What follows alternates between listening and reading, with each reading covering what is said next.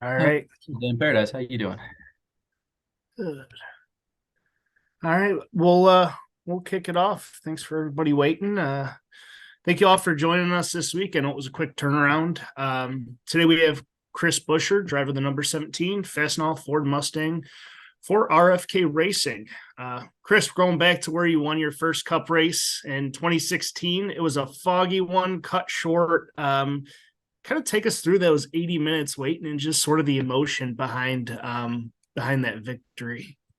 Yeah, there's obviously means a lot going back to Pocono and got that trophy at home. That's pretty big centerpiece for us. So it's definitely look back on the day and wins always a win. It's always really important and big to you. But yeah, it was unfortunate that we didn't get to celebrate properly. Pocono has such a unique victory lane there. Weren't able to celebrate with the team on the front stretch. It really was a very strange um, hour and a half waiting it out. Seeing pit road completely empty, toolboxes all folded up and covered up.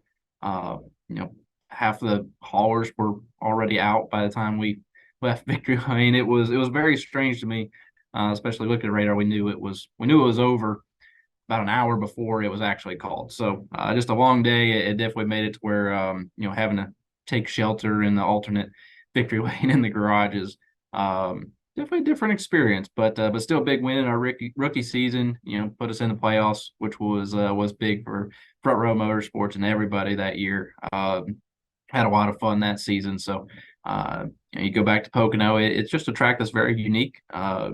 With three different corners, we focus on different things, right? And for us, it's a big challenge, and it's one of the reasons I like is kind of like road racing to me. It's different, and it makes you focus on different things. So hopefully we can be competitive when we get there. We were pretty good last year. I made a mistake, and it was one of the several that spun off turn four. Didn't hit anything, but just spun late in the day and really got us behind but didn't need to. So looking to be a little better this go around.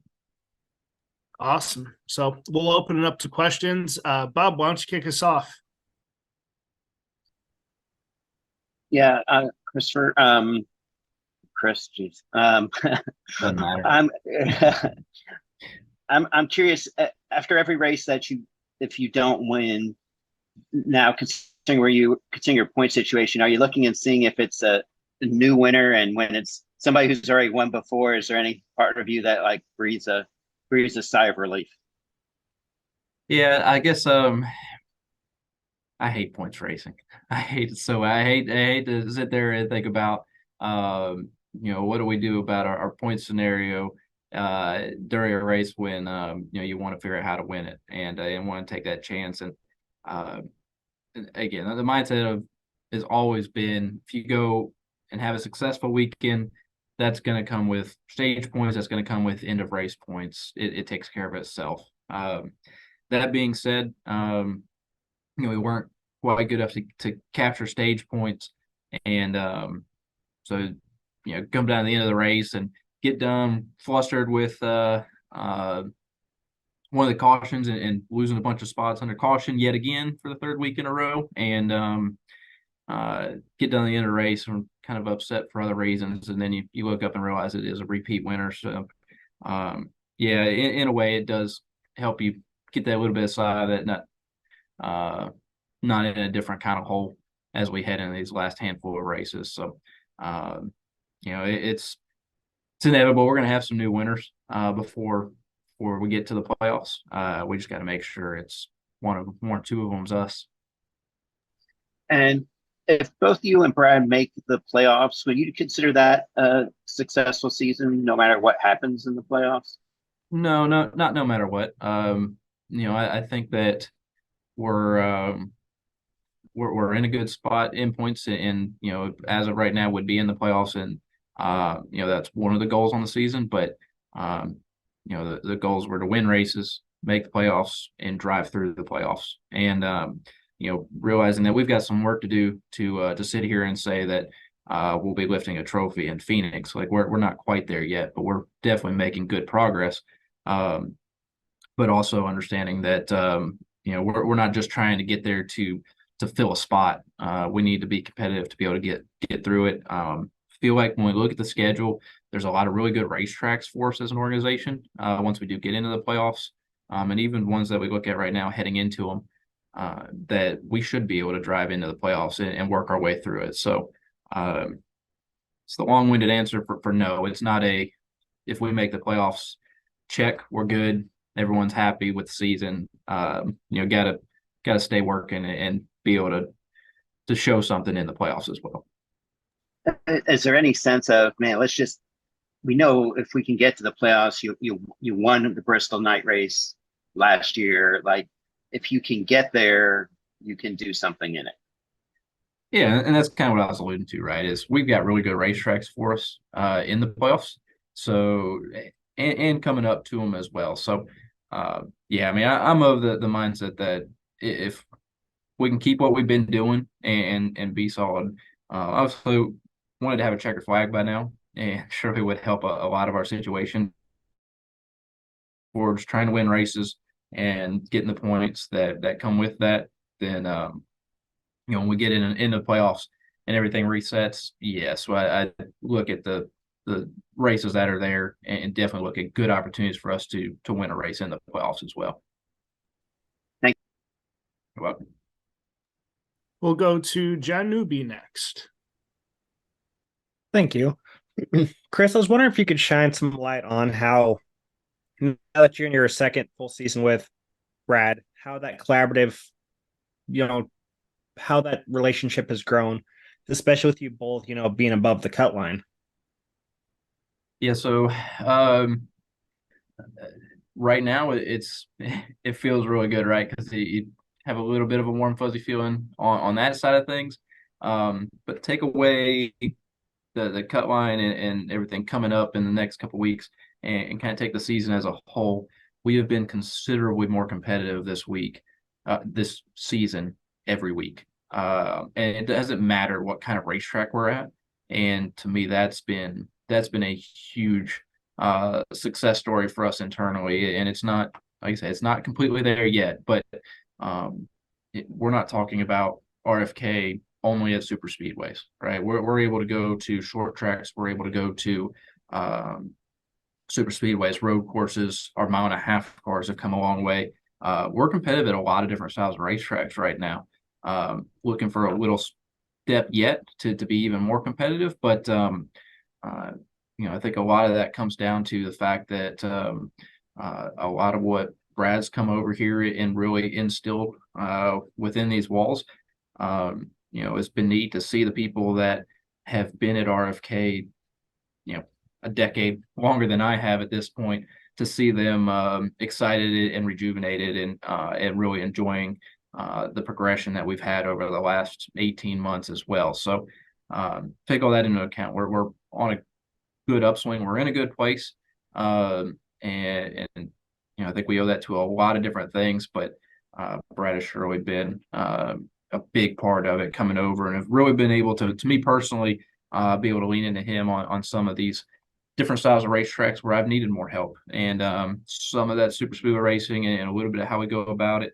A lot of it's been Richmond, Phoenix style racetracks that haven't been my strongest through the years, that I've have been able to get some direction and kind of refocus what my big efforts or big complaints would be through a weekend to try and work on being better there. So yeah, it's surely come a long way and it's continuing to get better, but it's been a really good thing, and we're definitely enjoying it. Just can't slow down now. Everybody's got to keep going. Nobody else that we're racing in this garage is sitting still. Even the ones that are winning, they're not content with where they're at. So we just got to keep working hard. Perfect. Thank you. Well, we'll go to Kelly Crandall next.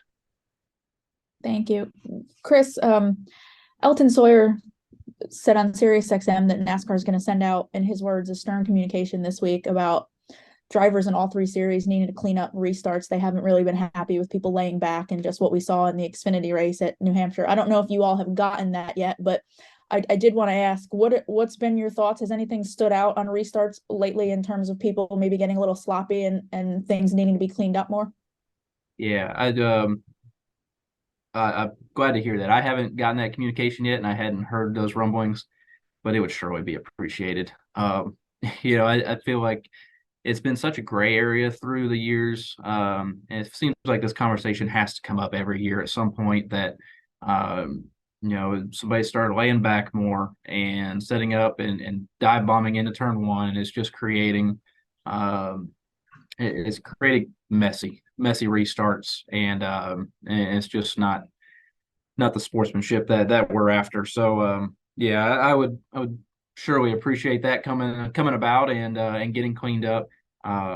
It's so frustrating to be getting ready for a restart and looking back and seeing 3 car lengths behind you, knowing that you're going to have to figure out some way to defend that, and it's going to ultimately not set you up for an opportunity to go forward. You're going to be on defense. So yeah, it seems like we have pretty decent group of repeat offenders, and nothing really seems to come of it other than we do get it this little warning, and it'll get cleaned up for a while, and by the end of the season we'll probably need that talking to again. So but yeah, that's surely appreciated from where I'm sitting. It's kind of ironic that it comes out going into Pocono, right? Because everybody talks about how you all will fan out, and it's exciting to see the field go 3, 4, 5 wide into turn one. Pocono restarts in particular, when you were just saying there about trying to defend, I mean, how chaotic is it at a place like Pocono? Does it feel like it's just a recipe for disaster? Does it feel like it's an accomplishment every time you make it through turn one on a restart? Yeah, Kelly, in a way, and it's really not much different from Michigan. Pocono is probably the worst offender for it, but yeah, I mean, it obviously makes moves, and by statistics, it looks like Pocono has some of the most movement on restarts, but a lot of it is from what happens in the restart zone, and or doesn't happen with cars not closing up. So yeah, I mean, it's just such a massive straightaway that it really leads to a lot of chaos down in turn one, which we want passing opportunities, and if you get a good run legitimately, you hope to be able to use it. But typically when somebody's pulling out right at the start finish line, it's because they lag back and got to jump somewhere else. So yeah, it is good timing, because that is typically a track that it can't be the worst, and we go into turn one 5 wide. Your spotters are all the way down, almost off at turn 3. Can't really get a good visual looking at taillights, and it just makes it tough. So like I said, I mean, we want good racing, we want hard restarts, and you want opportunities to find different lanes. You just uh, want it to come about the right way, and you want it to come about from good moves, or a little bit of drafting by the end of the straightaway. Thank you. You're welcome. We'll go to Jim Utter next. Thanks, Brandon. Hey, Chris, how you doing? Pretty good, thank you. This is kind of a follow-up to John's question earlier. When we look at like improvement from the outside, people that are looking obviously at results, lap sled, things like that. I was wondering if you could quantify a little bit, just for like maybe from within the organization, how it's a different feel, or what the situation at RFK has been like in the transformation over the last couple of years.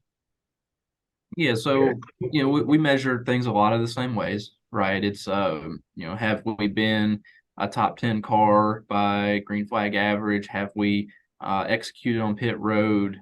Have we done a good job at picking the right lanes on restarts? We have more data than I can consume week in and week out, but what it does help us do is confirm the progression, and there's obviously the end results are a good comparison, and it's what means the most.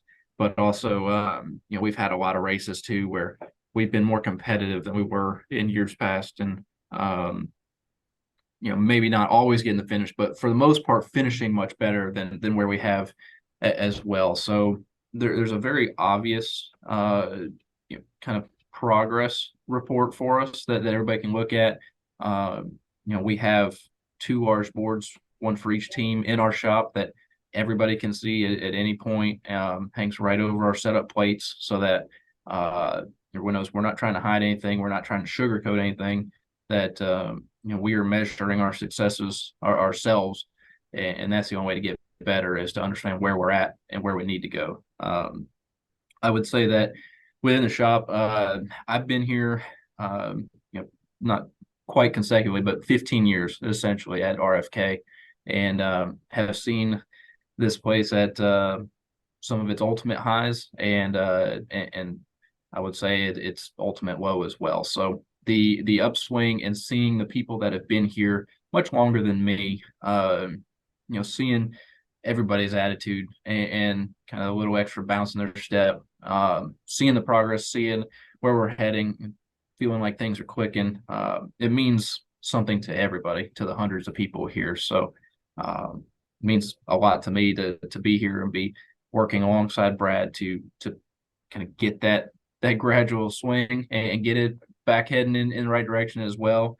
Knowing that been a while since we've had a win anywhere other than super speedways, and being able to get that Bristol win last year was certainly special. For our goals this season, we have high goals, and it was to win races, make it into the playoffs, but also drive through the playoffs.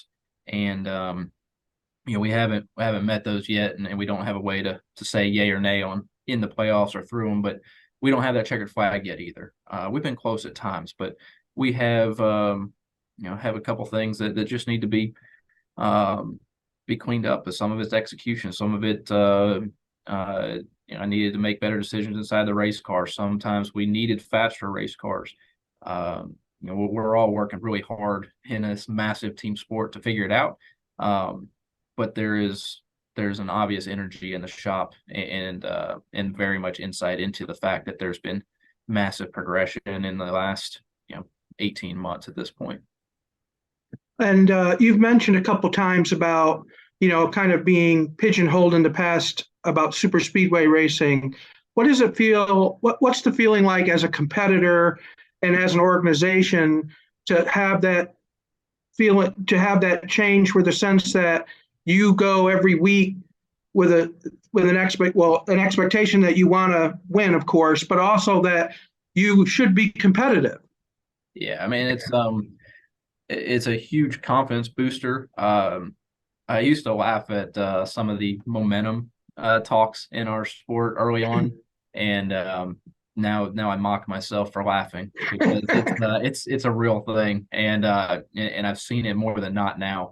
And when we're able to go to a gateway and be competitive, and then we're able to go to Atlanta and be competitive, and go to Sonoma and be competitive, it just helps build, right? It brings that momentum with us week in, week out, knowing that we have a baseline that's been solid for us, that we can be competitive at all these places, knowing that we won't be in the hunt to win every week, and understanding that our sport really likes to kick you a little bit in that sense, that our dominant seasons are dominant seasons in our sport are a 75 to 80% losing streak.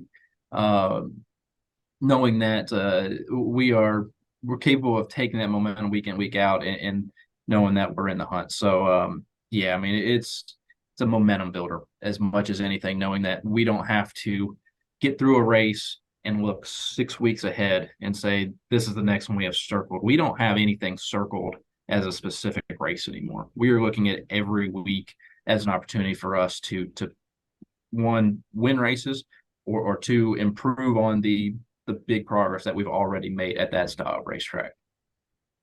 Thank you very much, Chris. You're welcome. We'll go to Lee Spencer next. Thank you, and thank you for joining us, Chris. Just kind of curious, it was unfortunate about the weather and the fact that the short track test got rained out, but and not to take anything away from Martin Truex Jr.'s accomplishment, but we really need to see something where it seems like you guys can have a better opportunity to pass on short tracks.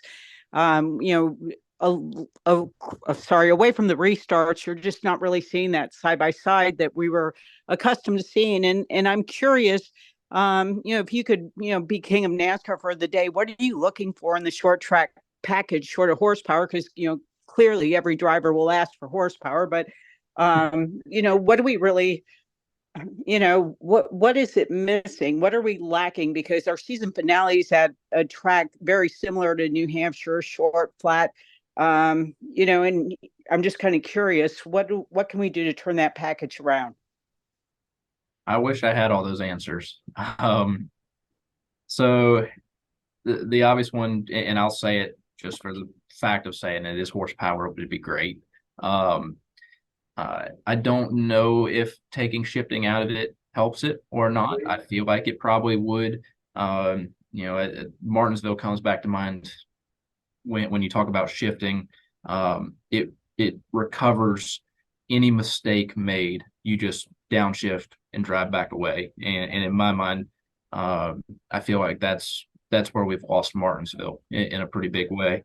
Loudon this past weekend, I thought the racing was okay. Was able to pass a lot of cars early, but whenever that fourth lane came in, especially over in 3 and 4, I'm assuming it was residual PJ1 because it had a tremendous amount of grip. To me, the racing just got ruined at that point, and everybody's fighting for that one lane up at the top, and it just made the bottom to where it didn't even have a chance in a lot of ways. So. I know we didn't apply anything as an industry this go around at Loudon, so it had to be leftover, and we don't typically run that high, so it's probably just got up to where there was something left, and it just made a ton of grip. That's not the ultimate answer to our short track package, but I felt like that was what hurt the second half of Loudon. The test that was supposed to be there this week. I think there's a lot of opportunity for that to show up as progress for our package, and unfortunately we have to wait 2 more weeks to see it put into real world tests. So I don't know. I guess after that, I feel like I would have a better answer for you, and maybe say that, look, we're on the right track, or no, this isn't going to do it. We're going to need something different. I would say in 2 weeks, I'll tell you that hopefully, yes, this was great. Now, if you'll just add 200 horsepower, will be even better. But I think that there's a lot of potential in what's coming, and a lot of optimism that can help us get a better product for everybody. Appreciate your time. Thank you. Thank you. Last but not least, Dustin Long, take us away. Hey, thanks. Chris, you look at some of the drivers that have come in this season for the one-offs, Jordan Taylor, obviously Shane Van Gisbergen. You're going to see Kamui Kobayashi at Indy, Brody Kostecki, another Australian supercar guy at Indy. Also seen Kimi Räikkönen and Jenson Button. And I'm curious, from your perspective, I know you talk about, you guys can do well at any track, but obviously you've got a very good track record on the road courses. Do you pay more attention to these guys than you might have the ringers in the past? Are they bringing something different? Is it changing the game in a way? I mean, obviously I know Shane winning at Chicago, but what kind of an impact are they making, and are you having to pay more attention to them? I would say before Chicago, it wouldn't have changed much, if anything. Knowing that we've had very good road course aces come into our sport and be competitive, but not be dominant. Shane coming into Chicago was probably an eye opener for a lot of people. Now, saying that, we had cars in the field that were very competitive with him still, so it's not that it's a complete reset. You took us to our first street race. Everybody's trying to get their legs up under them. There's starting in the rain in the such event, no runoffs, and then obviously having the weepers over there in 10 to 11 the whole time. Like, a lot of us are sitting here trying to figure out what in the world's going on for the first time still. So that being said, they're obviously very talented. This car is more similar than it's ever been to some other series, and I think seems like the V8 Supercar is probably one that is closer than anything else, maybe. Maybe somewhat close to like a Trans Am car, if I'm not mistaken there.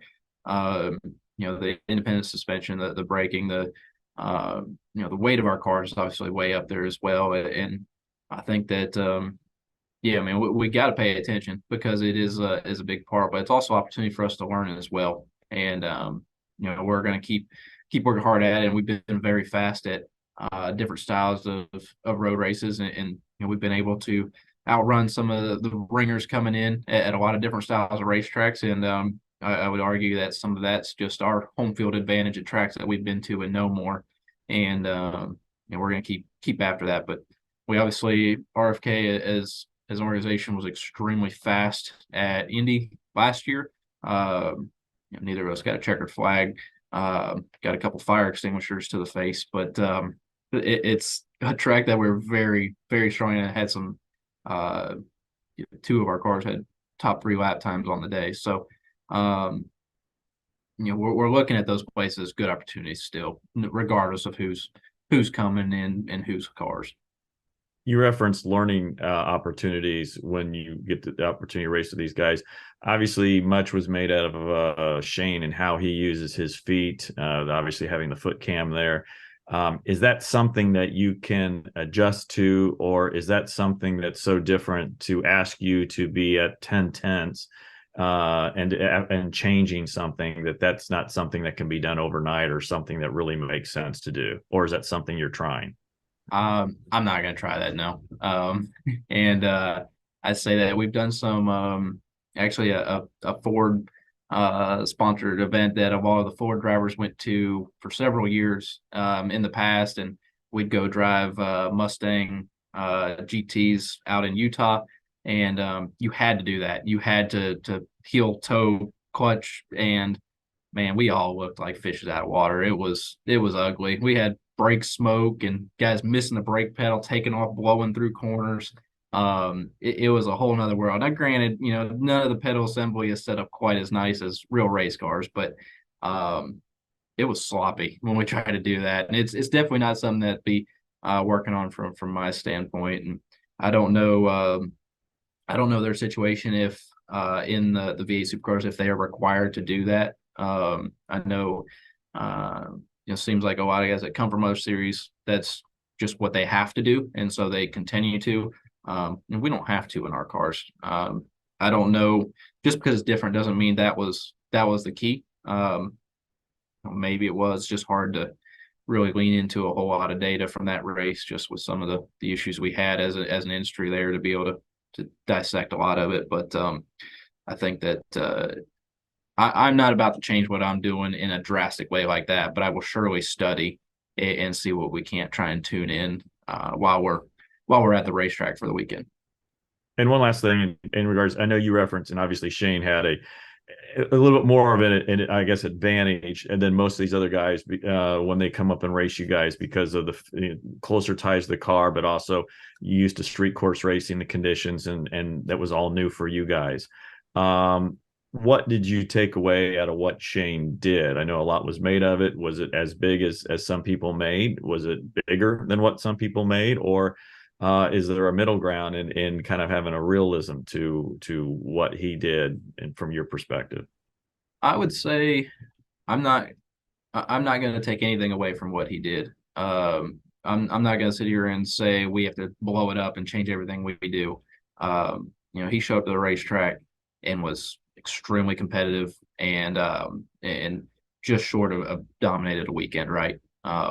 Very, very impressive feat. So it is something that we have to sit here and take note of and study and try and understand, maybe, like I said, tweak on a few things. I don't think it requires just an up and over the top change of course.